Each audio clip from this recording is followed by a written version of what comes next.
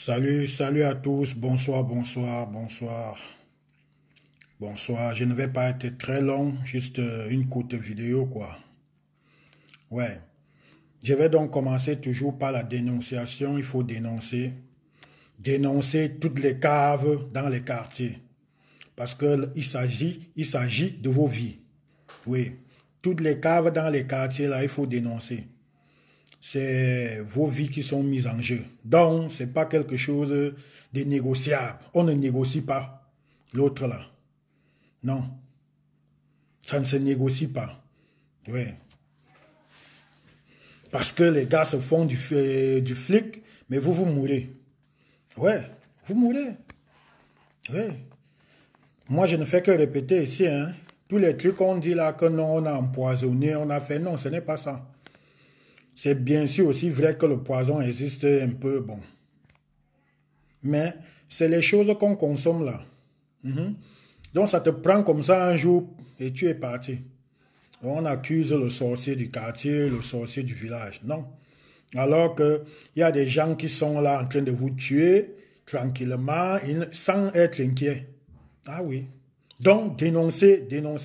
Une cave au quartier, vous appelez la police. Et moi, je vais toujours continuer d'ajouter ici en disant que c'est aussi l'occasion de manifester. Hein. Oui, parce que là, vous allez donc voir si c'est le gouvernement qui couvre ces gens-là qui sont en train de vous tuer. Oui, oui, parce que là, c'est clair, il faut faire quelque chose. Oui, moi, je vais donc commencer, je vais un peu essayer de parler de la Chine. Oui, la Chine communiste. Moi, je ne suis pas un communiste, hein, je suis contre le communisme parce que c'est le communisme qui nous a fait obtenir les deux guerres qu'on avait déjà eues ici, là. Dans ce monde. Les deux guerres mondiales, là, c'est les communistes, les organisateurs des deux guerres. Là. Donc, c'est pourquoi moi, je suis d'abord contre les communistes. Mais quand une idée communiste est bien, non, je valide. C'est ça. Je ne peux pas être hypocrite. Quand c'est bien chez le voisin, je copie. Ah oui. Donc, c'est ça. Et je voulais aussi dire que les gens devront comprendre que le temps des intimidations est fini. Non. Les intimidations, là, que les gens intimident les autres, les menaces, tout ça, là, c'est fini. Oui. Parce qu'il y aura maintenant ce qu'on appelle la réciproque. Parce que tout le monde est en train de comprendre que ça ne sert à rien. Que non seulement tu vis dans la pauvreté, mais les gens viennent encore te menacer, te mettre en prison. C'est mieux tu réagis aussi comme eux. Oui. Donc c'est mieux tu réagis aussi immédiatement comme eux, sans plus rien attendre. Donc les intimidations là, qu'on va te dire qu'il ne faut pas parler, si tu parles, tu sais que tu peux être arrêté, si tu es au Cameroun ou bien les... Non. Parce que c'est même là le piège, c'est même là où on piège tous ces gens-là. Que quelqu'un parmi nous, celui qui dénonce, qui dit les vérités, soit inculpé parce qu'il a eu à dire des vérités. C'est là où ça va se gâter. Plus même encore. Ça va se gâter. Parce qu'on ne va pas se laisser faire. On va aussi harceler ces gens-là jusqu'à... On va te harceler même ta famille. Donc c'est ça. L'équilibre de la peur, c'est ça. Parce que c'est ça, c'est ce que les anglophones sont en train de faire. Ils s'en foutent. Ils s'en foutent, ils font l'équilibre de la peur. Vous pouvez chanter ce que vous allez chanter là-bas. Et ils disent c'est l'équilibre. Point final. Vous tuez, ils tuent. Oui. Oui, même comme la guerre se fait chez eux, là, mais ils assument. Donc c'est ça. Et je voulais donc aussi, après, je vais poursuivre avec, pour que les gens essaient de comprendre la différence entre un commerçant et un vendeur. Parce que c'est deux choses que les gens n'arrivent pas souvent à comprendre. Oui, le commerçant et le vendeur. Oui. Je vais aussi parler des voleurs de projets, des gars de la diaspora.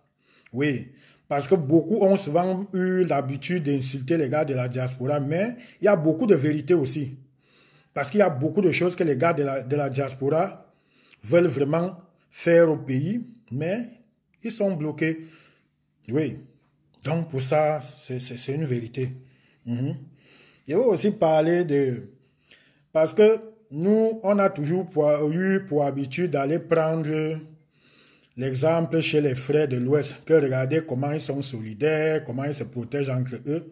Mais je vais vous expliquer ce qui fait leur force. Oui. Et après, je vais finir avec les étangs. Je vais finir avec les étangs. Ce que nous, les étangs, nous devons maintenant faire.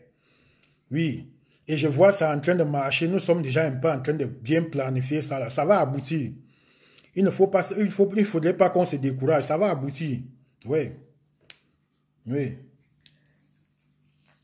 Donc moi, je voulais parler de la Chine, du communisme chinois. Oui. Parce que quand les gens parlent, il faudrait qu'ils écoutent aussi ce qui se passe ailleurs. Voilà le président chinois maintenant qui a demandé à ses milliardaires de restituer de l'argent aux plus pauvres. Donc ça veut dire qu'il faut renforcer les caisses de l'État. Oui. Oui. Injecter son argent dans des coopératives. C'est ça.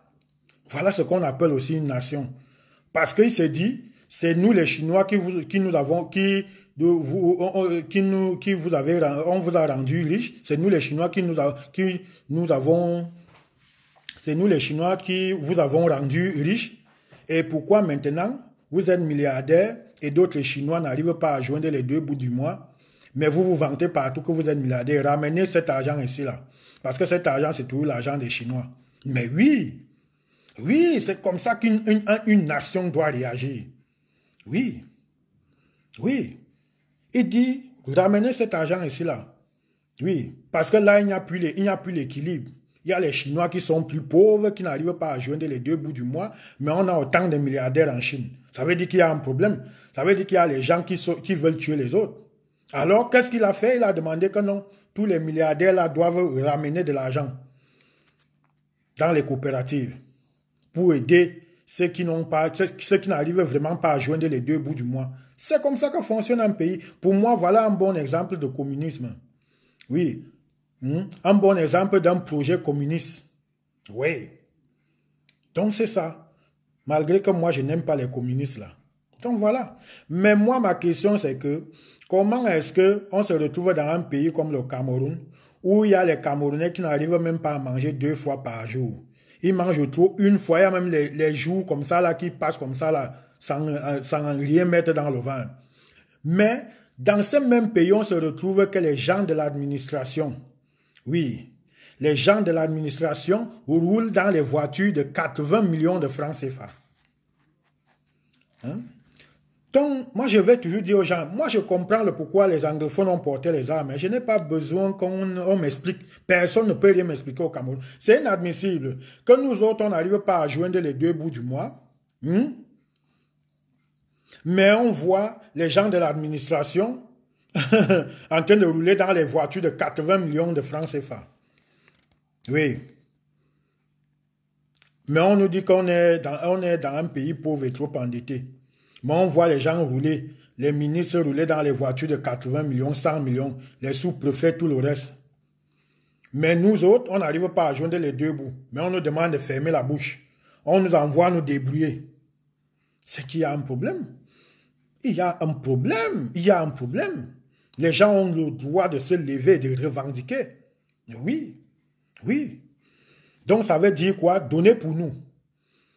Vous ne pouvez pas nous expliquer qu'il n'y a pas de l'argent dans le pays, mais on vous voit rouler dans les voitures de 80 millions de francs CFA. 100 millions de francs CFA. Vous qui travaillez dans la fonction publique, les voitures de service. On vous achète les voitures de service avec l'argent du contribuable. L'argent de la République, on vous achète les voitures de service de 80 millions, 100 millions de francs CFA. Et vous ne voulez pas que les Camerounais revendiquent ça. Donc c'est être hypocrite. C'est être hypocrite. Oui. Ça, c'est une très, très grosse hypocrisie. Donc, c'est ça. Donc, moi, il y a aussi un sujet dans la toile là où les gens veulent nous faire toujours croire que le commerçant, c'est celui-là, c'est celui-là à qui, si on ne fait pas confiance, demain matin, on va dormir affamé. Oui. C'est ça. Parce que c'est la nouvelle image, c'est le nouveau chantage qu'on veut nous faire croire au Cameroun aujourd'hui là. Que oui, c'est ceux qui font dans le commerce, qui nourrissent la République. C'est eux qui détiennent l'économie du pays. Or, c'est faux. Catégoriquement faux. Il y a une différence entre un commerçant et un vendeur. Oui. Le commerçant, c'est celui-là qui part acheter. Et quand il part acheter, il ramène plutôt la marchandise. Un commerçant ramène la marchandise à la maison. Ça veut dire qu'il ne nous produit en rien en ce qui concerne les devises. Oui. Et nous, chaque pays vit grâce aux devises. Donc, il est donc hors de question que toi, tu pars acheter les tapis de l'Europe pour venir habiller ton hôtel, pour me dire après que c'est toi qui fais évoluer le pays. Mais c'est un gros mensonge. Tu pars ramasser les matières plastiques en Chine, tu ramènes ça au pays, et après tu vas te placer pour me dire que non, c'est toi qui fais évoluer le pays. Que sans toi, le pays n'est rien. Mais c'est un gros mensonge. Alors que le vendeur, c'est celui-là qui vend. Comme les planteurs là. Oui. Ceux qui font dans la filière cacaoyère là, c'est eux qui font entrer les devises au Cameroun. Ah oui. Parce qu'on vend le cacao à l'extérieur. On vend le cacao à l'extérieur du Cameroun. Le cacao ne se vend pas au Cameroun. Notre cacao là est vendu à l'étranger. Ce qui fait que les devises sortent de l'étranger là-bas, ça vient entrer dans les caisses du Cameroun. Et qu'est-ce qui se passe? Maintenant, le commerçant, celui qui fait dans le commerce, lui part en banque. Il part emprunter de l'argent là-bas en banque pour aller acheter les chinoiseries pour venir revendre au Cameroun. Donc, vous-même, vous voyez que le commerçant ne nous sert à rien. Le commerçant, c'est celui-là qui utilise plutôt les devises des vrais travailleurs, de ceux qui sont en train de bourrer les caisses de la République.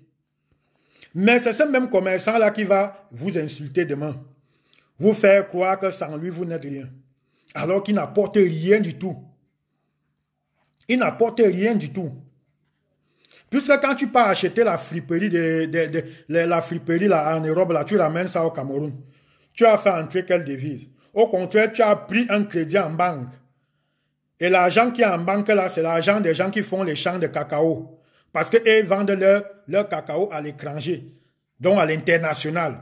Et c'est ça qui fait entrer les devises au Cameroun. Donc maintenant, lui, il fait entrer les devises parce que toi, tu fais dans l'hôtellerie et les quincailleries, hein, et la friperie. Toi, tu pars en banque, tu prends l'argent là-bas de ces devises qu'il a fait entrer. Tu pars acheter ta friperie là et tes trucs qui viennent salir, même le Cameroun. Demain matin, tu vas te lever pour te vanter, pour dire que non. Sans toi, la République n'est rien.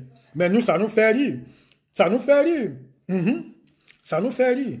C'est pas pour rien qu'on avait, on avait demandé à Pougal, ou les sociologues, ou les quoi, ou les économes, ou les quoi là que.